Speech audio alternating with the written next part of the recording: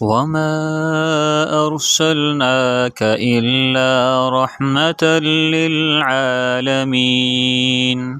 جسے چاہا اپنا بنا لیا، جسے چاہا اپنا بنا لیا، جسے چاہا در پہ بلا لیا. یہ تیرے کرم کے ہیں فیصلے، یہ تیرے کرم کی تو بات ہے.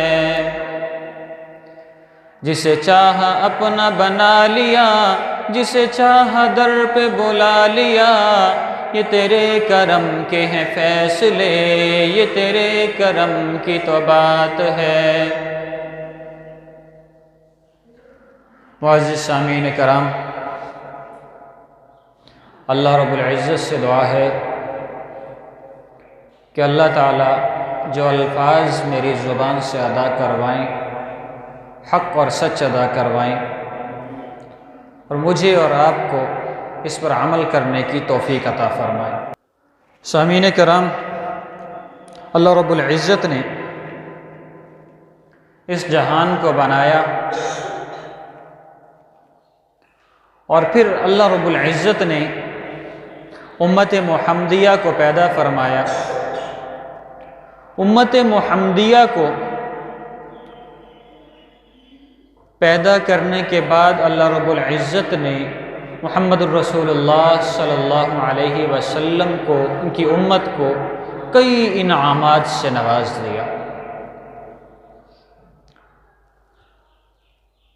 آج صلی اللہ علیہ وسلم کی اس امت کو اللہ رب العزت نے سب سے پیاری چیز یہ دی کہ بیت اللہ عطا کیا اور اس میں عبادات کو عام کر دیا.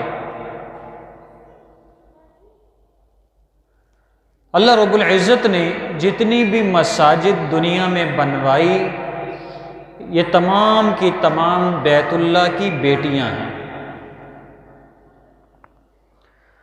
اللہ کی یہ نعمت ہے کہ اللہ رب العزت نے ہر محلے میں اپنا ایک گھر بنا دیا. اور خوش نصیب ہے وہ شخص جو مسجد کے پڑوس کو ڈھونڈ کر مسجد کا پڑوسی بن کر رہے. خوش نصیب ہے وہ شخص جو مسلمانوں کے ملک میں رہے، مسجد کے قریب رہے، مسجد کی عبادات کے قریب رہے، کوئی دن عبادت سے خالی نہ ہو، کوئی وقت عبادت سے خالی نہ ہو. گناہ اس وجہ سے نہ کرے کہ میرے گھر کے ساتھ اللہ کا گھر ہے، اور اگر اللہ کے گھر کے ساتھ بیٹھ کر میں کوئی گناہ کرتا ہوں تو کل قیامت کے دن یہ اللہ کا گھر جا کے گواہی دے گا کہ یا اللہ، تیرے اس بندے نے میرے پڑوس میں گھر بنایا، میرے پڑوس میں گھر بنانے کے بعد فلاں فلاں گناہ کرتا تھا، اور اتنی آواز میں کرتا تھا کہ میرے تک آواز آتی تھی، اور میرے پاس آنے والے عبادت گزار بندے، تیرے محبوب بندے اس گناہ کی وجہ سے پریشان ہوا کرتے تھے. خوش نصیب ہے وہ شخص جو مسجد کے پڑوس میں بھی رہے، عبادت بھی کرے، گناہ سے پرہیز بھی کرے. خوش نصیب ہے وہ شخص جو تمام عبادات کے ساتھ ساتھ روزے بھی رکھے. اور پھر روزے کون سے؟ رمضان المبارک کے روزے. صحابہ کرام رضوان اللہ تعالی علیہم اجمعین کا طرز عمل یہ تھا کہ رمضان المبارک سے 6 ماہ پہلے دعائیں کرتے تھے کہ یا اللہ ہمیں اس رمضان تک ٹھیک ٹھاک پہنچا دے. اور پھر جب رمضان کو پا لیتے اس میں اتنی عبادات کرتے، اتنی عبادات کرتے، اتنی عبادات کرتے کہ کوئی وقت عبادت سے خالی نہ جاتا. اور جب رمضان گزر جاتا تو اگلے 6 ماہ یہ دعا کیا کرتے تھے کہ یا اللہ جو تو نے رمضان ہمیں عطا کیا اس میں ہماری عبادات کو قبول فرما۔ یا اللہ تیرا شکر ہے کہ تو نے رمضان المبارک کا یہ اعلیٰ مہینہ عطا کیا، اور اس کے ساتھ ساتھ یا اللہ جو تیری عطا تھی اس میں ہم نے جو عبادات کی انہیں اپنے رحمت سے قبول فرما، اپنے فضل سے قبول فرما۔ ان تمام کی تمام عبادات کو قبول کر، اور آئندہ اگر ہماری زندگی ہے تو ہمیں رمضان اور رمضان کے عبادات کی توفیق عطا فرما۔ پھر اللہ رب العزت نے مساجد کی جو بیت اللہ کی جو بیٹیاں بنائی ہیں ان کی قدر و منزلت یہ رکھی کہ اسے صبح و شام عبادات سے آباد کر دو۔ جو مسجد نمازیوں سے خالی رہتی ہو، جس مسجد میں عبادت نہ ہوتی ہو، جس مسجد میں اللہ کا نام لینے والے نہ ہوں، جس بستی کی وہ مسجد ہے اس مسجد کی بے آبادی کی وجہ سے وہ بستی کبھی آباد نہیں ہوتی۔ اللہ رب العزت نے سب سے پہلے جو گھر بنایا وہ کعبۃ اللہ ہے۔ اللہ رب العزت نے ارادہ فرمایا زمین بنانے کا، یہاں سارے کا سارا پانی تھا، اللہ نے ارادہ کیا کہ زمین بنائی جائے، پانی کے اوپر ایک بلبلہ ابھرا، اور جس مقام پر وہ بلبلہ بنا پانی کا وہ مقام بیت اللہ کا مقام ہے، اور وہیں سے ہی وہ بلبلہ پھٹا اور پوری کی پوری زمین بنا دی گئی۔ اور وہاں پر اللہ رب العزت نے اپنا گھر اس وقت بنایا تھا، بیت اللہ اس وقت بنایا گیا تھا، اور بیت اللہ روئے زمین کے بالکل وسط میں ہے، پوری زمین کی گولائی ہے، اس کے بالکل سینٹر میں بیت اللہ ہے۔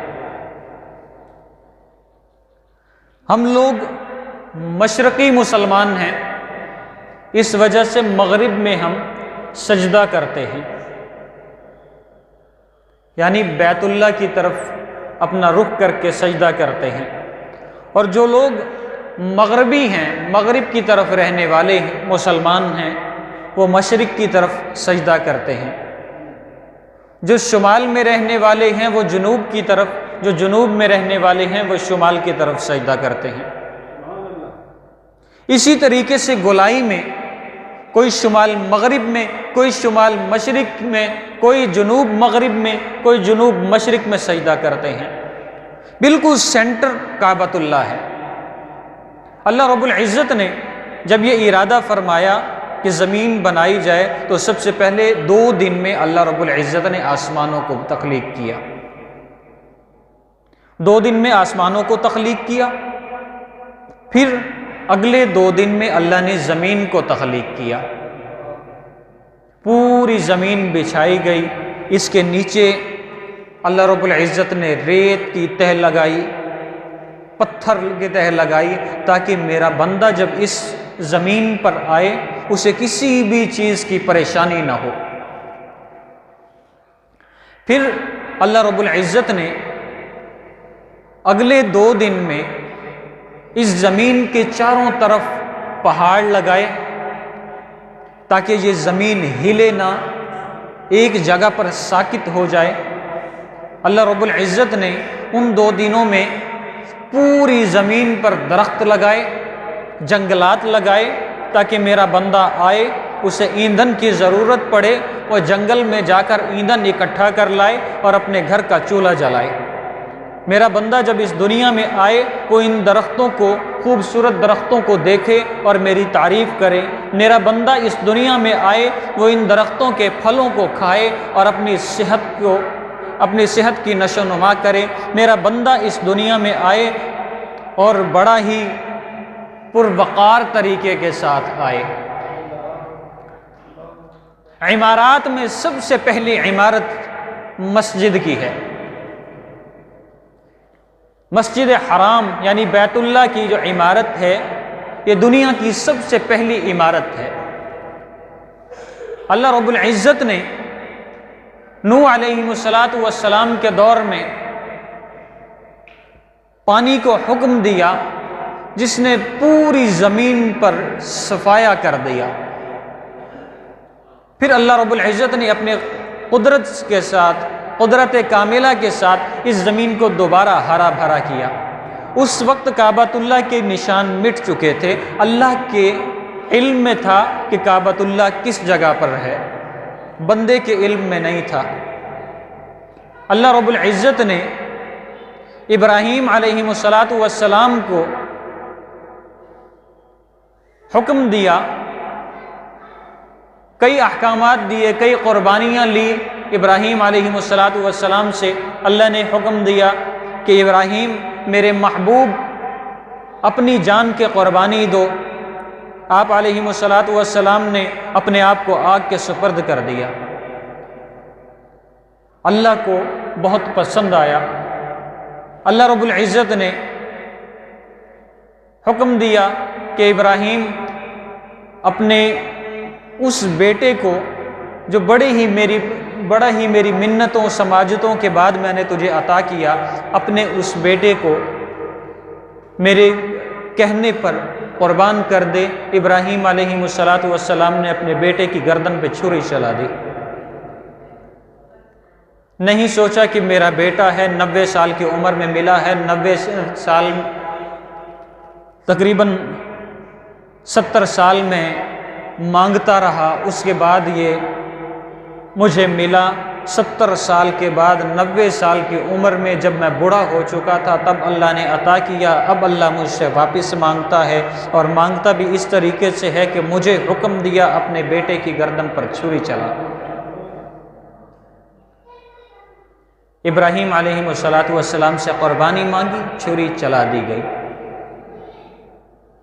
پھر اللہ نے بیٹے اور بیوی کی قربانی مانگی، فرمایا کہ جا فلاں جگہ جا، وہاں جا کے اپنے بیوی اور بیٹے کو چھوڑا۔ اللہ نے حکم دیا، ابراہیم علیہ السلام نے اپنی اہلیہ یعنی اماں ہاجرہ اور ابراہیم علیہ السلام کو بالکل بیابان ویران جگہ پر جا کے چھوڑ دیا۔ اور پھر اللہ رب العزت نے انعام کیا دیا کہ ابراہیم علیہ السلام کے ایڑیوں سے اللہ رب العزت نے ایک چشمہ ابارا، ایسا چشمہ جو آج تک اس چشمے میں سے پانی ختم نہ ہوا، آج تک اس چشمے کا پانی ختم نہ ہوا۔ اماں ہاجرہ کا بے چین ہونا، اماں ہاجرہ کا بے چین ہونا، بھاگنا دوڑنا، اللہ سے التجا کرنا اللہ کو اتنا پسند آیا کہ اللہ نے اماں ہاجرہ سے کہا کہ ہاجرہ تو نے مجھ سے التجا اس طرح پر کی، قیامت کی صبح تک جو بھی شخص یہاں پر آئے گا وہ ایسے ہی جب تک دوڑے گا نہیں، اس کا حج اور عمرہ قبول نہیں ہوگا۔ اللہ نے قربانی مانگی، ابراہیم علیہ السلام نے دی۔ پھر ابراہیم علیہ السلام کو جب انعامات سے نوازا گیا، ابراہیم علیہ السلام نے فرمایا کہ یا اللہ یہاں پر میوہ جات عطا فرما، یہاں پر پھل عطا فرما، یہاں کے لوگوں، یہاں پر جب میری آنے والی نسل آباد ہو انہیں کسی چیز کی کمی نہ کرنا، ہر چیز وافر مقدار میں ہو۔ یا اللہ یہاں پر رہنے والے میری نسل ان کو عبادت گزار بنانا، اور اللہ سے دعا کی کہ یا اللہ میری اولاد میں سے ایسا نبی عطا فرما جو تمام امتوں کے لیے فخر کا ذریعہ ہو، تمام انبیاء کا امام ہو۔ اور جب محمد الرسول اللہ صلی اللہ علیہ وسلم نے اعلان نبوت فرمایا تو یہ بھی فرمایا کہ میں ابراہیم کی دعا ہوں، یہ بھی فرمایا کہ میں عیسیٰ علیہ السلام کی بشارت ہوں۔ محمد الرسول اللہ صلی اللہ علیہ وسلم نے یہ دین ہمیں عطا کیا، اور یہ دین عطا کرنے کے بعد ہمارے لیے احکامات جاری فرمائے۔ کوئی بھی نبی کبھی بھی اپنی مرضی سے نہیں بولتے تھے، ان کا بات کرنا اللہ کے حکم سے، ان کا اٹھنا اللہ کے حکم سے، ان کا بیٹھنا اللہ کے حکم سے، ان کا سونا اللہ کے حکم سے، ان کا جاگنا اللہ کے حکم سے، ان کا چلنا پھرنا اللہ کے حکم سے، ان کا کاروبار کرنا اللہ کے حکم سے، ان کی تجارت کرنا اللہ کے حکم سے، ان کا کسی طرف ہجرت کرنا اللہ کے حکم سے، ان کا طواف کرنا اللہ کے حکم سے، ان کا سجدہ کرنا اللہ کے حکم سے، ان کا عبادات کرنا اللہ کے حکم سے۔ اور جو حکم اللہ رب العزت نے محمد الرسول اللہ صلی اللہ علیہ وسلم کو دیے، وہ احکامات اللہ نے اس وجہ سے محمد الرسول اللہ صلی اللہ علیہ وسلم کو دیے کہ اپنی امت کو یہ احکامات سکھا دو۔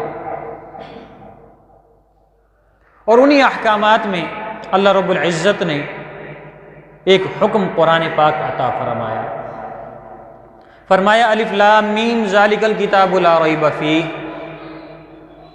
میں نے یہ کتاب تمہیں عطا کی جو لا ریب ہے، ھدی للمتقین، ہدایت پر لے کے آنے والی ہے۔ آج میں اور آپ اور ہمارے جیسے مسلمان ان چیزوں سے بالکل باغی ہو چکے ہیں۔ آج ہم یہ دیکھتے ہیں کہ کس علاقے میں انٹرنیٹ صحیح چلتا ہے، ہمارا مکان وہاں ہونا چاہیے۔ اگر آپ میں سے کسی کے باپ دادا آج بھی موجود ہیں، یا ایسے حضرات جو خود بزرگ ہیں، اگر ہم اپنی کچھ عرصہ پہلے کی زندگی کو دیکھیں، آج سے 10-15 سال پیچھے چلے جائیں، تو اس وقت گھر جب تلاش کیا جاتا تھا اس بیس پر تلاش کیا جاتا تھا کہ بھائی قریب کوئی مسجد ہے، اگر اس علاقے میں مسجد ہے تو میں گھر لیتا ہوں، اگر مسجد نہیں تو پھر علاقہ دوسرا دیکھ لے۔ آج پتہ کیا تلاش کرتے ہیں؟ یار قریب مسجد نہ ہو، مولوی کی آوازیں نہ آئیں ہمارے پاس، ہم کافی مصروف ہوتے ہیں۔ قریب کوئی مسجد نہ ہو، اذان کی آواز آتی ہے، ہم نہ جانے کیا کیا کر رہے ہوتے ہیں، ہمیں وہ چیز روکنی پڑتی ہے۔ اور اگر غلطی سے کسی نے مسجد بنا لی اور اس میں اذان نماز شروع ہو بھی گئی، اس میں وعظ و بیان شروع ہو بھی گئے، تو پھر کیا ہوتا ہے؟ ہمیں اور تو کچھ ملتا نہیں، پھر یہ کرتے ہیں کہ انگلی اٹھا کر کھڑے ہو جاتے ہیں کہ مولوی نے یہ کر دیا، مولوی نے وہ کر دیا، مولوی نے اس طریقے سے بات کر دی، مولوی نے اس طریقے سے بات کر دی۔ اصل میں یہ سب ہوتا اس وجہ سے ہے کہ دین ہمارے پاس ہوتا نہیں، علماء کے پاس ہم کبھی بیٹھے نہیں۔ بچپن میں اگر کبھی والدین نے غلطی کی تھی کہ مولوی کے پاس چھوڑ آئے، 2-4 لفظ پڑھ لیں، قرآن پڑھ لیں، وہاں جا کے پڑھ لیا، اور وہی اپنے دماغ میں اس طریقے سے فٹ کر لیا کہ وہ فلاں مولوی تھا، اس نے مجھے اتنا زور سے تھپڑ مارا تھا کہ منہ پہ چھپ گیا تھا، اس لیے تب سے لے کے اب تک مولوی ذات سے مجھے نفرت ہے۔ اور اگر اپنا بچہ گالی دے دے تو اتنا زور سے تھپڑ مارتا ہے کہ دانت باہر آ جائیں۔ اپنے بچے کی تربیت جب خود کرنے پہ آئے تو پھر دیکھنا ہی نہیں میں کیسے چل رہا ہوں۔ اور اگر وہی تربیت روحانی باپ یعنی استاد کرے تو بچپن سے گالیاں دینا شروع کرتے ہیں، قبر میں پہنچ جاتے ہیں، آخری الفاظ بھی گالیوں کے اکثر ہوتے ہیں۔ آج ہمارے اکثر مسلمان جن کی موت ہمارے سامنے ہوتی ہے انہیں کلمہ کیوں نہیں نصیب ہوتا؟ سب سے پہلی وجہ دینداروں کے ساتھ بغض رکھنا ہے، دوسری وجہ مسجد سے دوری ہے، تیسری وجہ مدارس اور اہل مدارس کو گالیاں دینا ہے۔ جب ان تین چیزوں سے ہم دور ہو گئے، تین چیزوں سے ہم نے نفرت اختیار کر لی، گویا ہم نے مولوی سے نہیں، مولوی ہے کون؟ تمام انبیاء کا وارث، انبیاء کے وارث سے اگر نفرت شروع کر دی تو پھر کیا ہے؟ ان سے پیچھے چلتے ہیں، علماء سے پیچھے جائیں، تبع تابعین، پھر تابعین، پھر صحابی سے اوپر جائیں، نبی سے اوپر باقی 1,24,000 قوم و بیش انبیاء علیہم السلام، ان سے بھی اوپر اللہ رب العزت کی ذات ہے۔ جس طریقے سے تسبیح کے دانے چلتے ہیں نا، جب تک پہلا دانہ تسبیح کا نہ گرایا جائے آخر تک نہیں پہنچا جا سکتا۔ جب تک ہم لوگ دین اور دینداروں سے نفرت کرتے رہیں گے کبھی بھی ہم دین کے آخری حد تک نہیں پہنچ سکتے۔ اللہ رب العزت سے دعا ہے کہ اللہ دینداروں سے محبت اور دین کی صحیح سمجھ عطا فرمائے۔ وآخر دعوانا